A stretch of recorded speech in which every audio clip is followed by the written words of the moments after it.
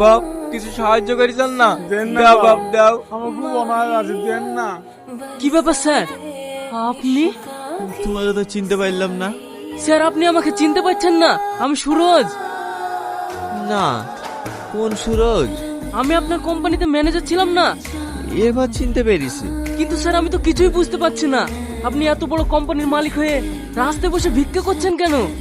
সে অনেক ঘটনা, সবই আমার কপালের দোষ। আরে না বাবা, এই সপ্তাহে আবার একবার দেখা করব। I love you too. I miss you baby. ছেলেটাকে ঘুম পাড়িয়ে রেখে তুমি কোথায় গিয়েছিলে? আমি কোথায় গিয়েছিলাম না গিয়েছিলাম সেই কৈফিয়ত তোমাকে দিতে হবে নাকি? অবশ্যই দিতে হবে, আমি তোমার স্বামী। ছেলের স্কুল যাওয়ার সময় হয়ে গেছে, আমাকেও অফিস যেতে হবে। খাবার দাবার না করে তুমি কোথায় যাও না যাও সে কৈফিয়ত আমাকে দিবা না?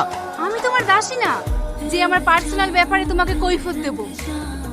তোমার মতো জানোয়ার মেয়ে আমি এই পৃথিবীতে দেখি। তোমার যদি আমাকে নিয়ে এতই সমস্যা হয় তাহলে ডিভোর্স দিয়ে দাও। তুমি কি ভাবছো আমার বিয়ে হবে না?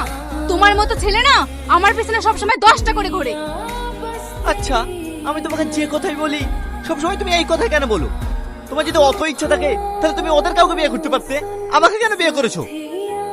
তোমার মতো ছেলেকে বিয়ে করতে আমার ভয় হয়ে গেছে। শুধু আব্বা জোর করেছিল তাই, না হলে তোমার মতো ছেলে না আমার পায়ের নখেরও যোগ্য না।